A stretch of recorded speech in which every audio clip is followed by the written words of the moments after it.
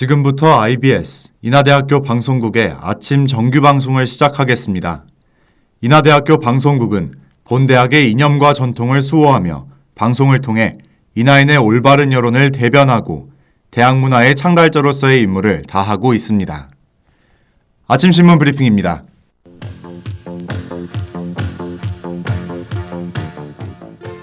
오늘자 연합뉴스 세계면 기사입니다. 이스라엘군이 인지를 수색하기 위한 제한적 공격의 입장으로 하마스 집결 지역의 지상 공격을 시작했습니다. 이스라엘군은 지난 7일 하마스의 기습 공격에 당한 후 팔레스타인 곳곳에 대대적인 공습을 가하고 있습니다. 현재 이 전쟁으로 가장 큰 피해 지역인 가자 지구에서만 발생한 사망자는 5천여 명을 넘어서고 있습니다. 가자 지구 보건부는 어린이 사망자만 2천여 명에 도달했다고 전하며 민간인 피해가 더욱 커지고 있다고 밝혔습니다. 이스라엘군은 앞선 21일 가자 지구 국경 근처에 지상군 투입을 경고하며 전쟁은 더욱 장기화될 전망입니다.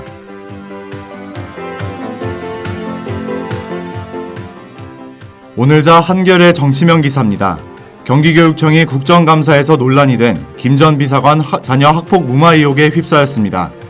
지난 7월 김승희 전 대통령실 의전 비서관의 초등학생 딸이 후배를 때려 전치 9주의 상해를 입혔습니다. 이와 관련해 학교 측은 출석 정지 처분을 내렸지만 학폭의 결과 강제 전학 처분은 면하도록 했습니다. 경기도교육청은 심의 결과가 미심쩍다는 의혹을 고려해 당사자 간 화해를 중재하고 후속 대안을 마련 중이라 밝혔습니다. 한편 경기교사노조는 피해 학생과의 확실한 분리가 아닌 화해 중재는 2차 피해라며 우려를 포했습니다.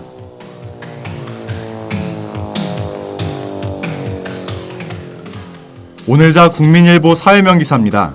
배우 이성균이 마약 투약 혐의로 형사 입건되면서 피의자 신분으로 전환됐습니다. 인천경찰청은 이 씨가 강남 유흥업소에서 대마뿐 아니라 여러 마약을 투약했다는 증거를 확보했다 전했습니다. 이 씨와 함께 연관된 마약 투약 혐의자는 8명이며 일명 템프로라는 업소에서 이루어진 것으로 밝혀졌습니다. 또한 이 씨는 마약 사건과 관련해 지속적인 공갈과 협박으로 수억 원 돈을 뜯겨 고소장을 제출한 바 있습니다. 한편 이성균은 1999년 데뷔한 배우로 파스타, 기생충 등에 출연하며 최근까지도 활발한 행보를 이어갔습니다. 지금까지 아침신문 브리핑의 김재욱이었습니다.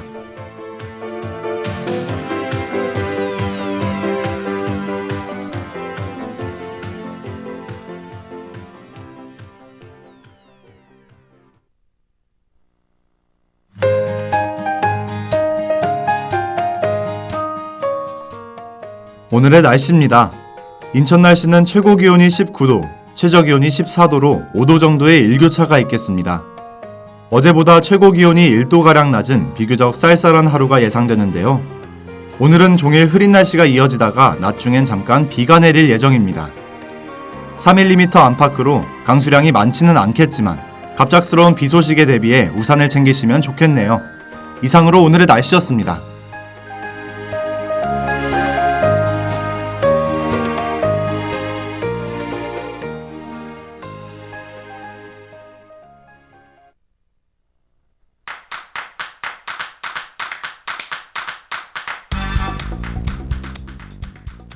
파란 바다와 싱그러운 산, 비옥한 토양이 조화를 이루는 아름다운 푸른 행성, 지구.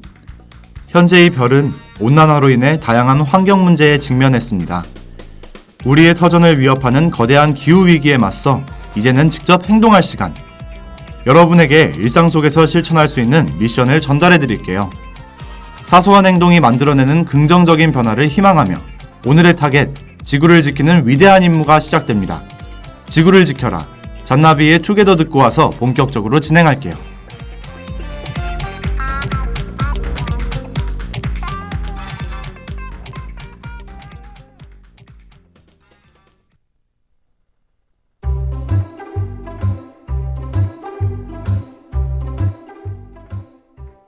구주차 작전 브리핑 시작하겠습니다.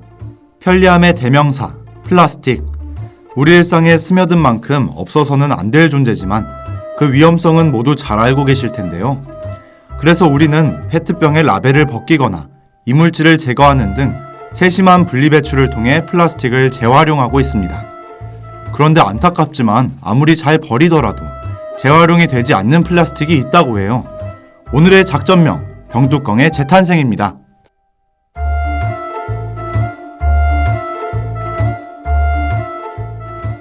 국내에서 배출되는 폐플라스틱은 약 960만 톤. 그 중에서 재활용되는 건 단 24%라고 하는데요. 특히 병뚜껑처럼 작은 것들은 아무리 분리배출해도 재활용이 안 된답니다. 보통 플라스틱은 선별장에서 PET, PE, PP 등 세부 재질과 종류에 따라 나누어지고 그 결과에 따라 재활용 여부가 결정되는데요. 너무 작은 플라스틱은 이 선별 공정에서 분리되기가 어렵다고 해요. 그래서 대부분은 일반 쓰레기처럼 소각되거나 매립된답니다.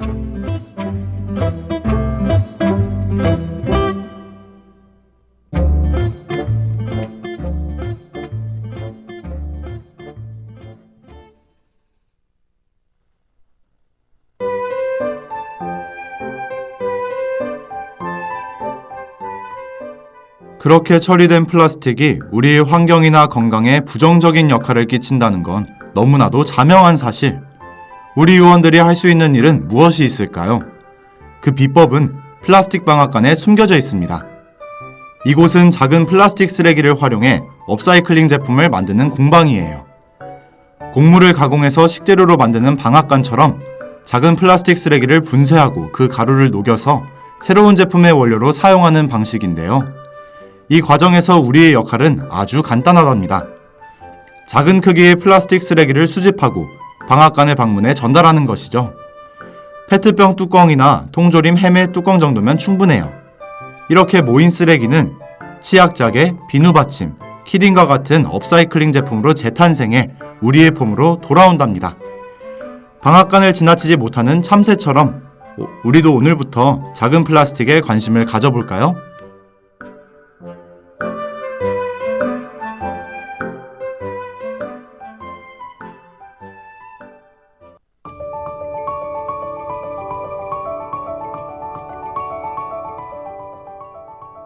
오늘의 작전을 완벽하게 이해하는 엘리트 요원이 되고 싶다면 다큐멘터리를 감상하며 지식을 쌓는 건 어떠신가요?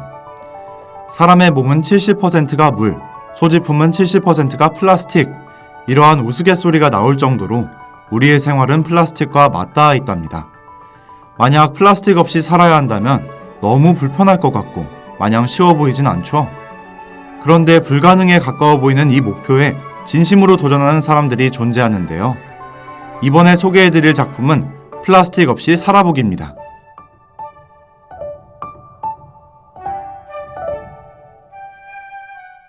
이 다큐멘터리에는 한 플라스틱 제로 실천가가 등장해요. 그녀는 꼭 필요한 물건이 있을 땐 대체할 방법을 찾는다고 합니다. 플라스틱 칫솔 대신 대나무 칫솔을 사용하고 페트병 생수를 사는 대신 정수기물을 차로 끓여 먹는 방식이죠. 장을 볼 때도 마찬가지인데요. 식재료를 미리 비닐로 포장하는 마트 대신 재래시장에 가서 장바구니에 담아온답니다. 그녀에게도 이러한 실천들이 처음부터 쉽지만은 않았다고 해요. 시작하기로 마음을 먹고 하루 만에 무너졌다고 하죠. 하지만 어쨌든 해야 하는 일이기 때문에 포기하지 않았는데요. 우리도 플라스틱 제로를 차근차근 실천해 본다면 불가능에 가까웠던 일이 가능해지진 않을까요?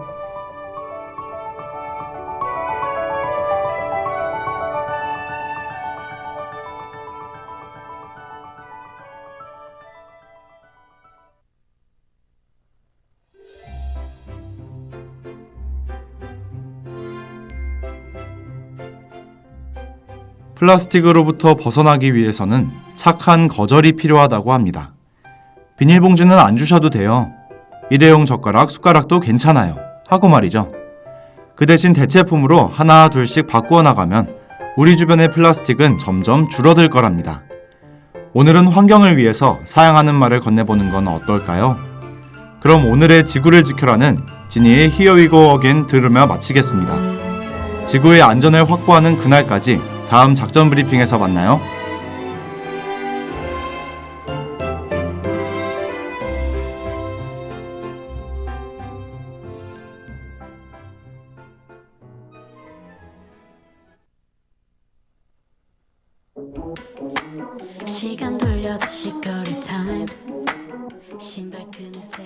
지금까지 제작의 김정은, 보도의 배한비, 기술의 이예찬, 진행의 김재욱이었습니다.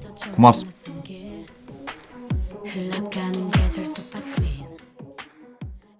지금까지 여러분께서는 IBS 인하대학교 방송국의 아침 정규방송을 들으셨습니다.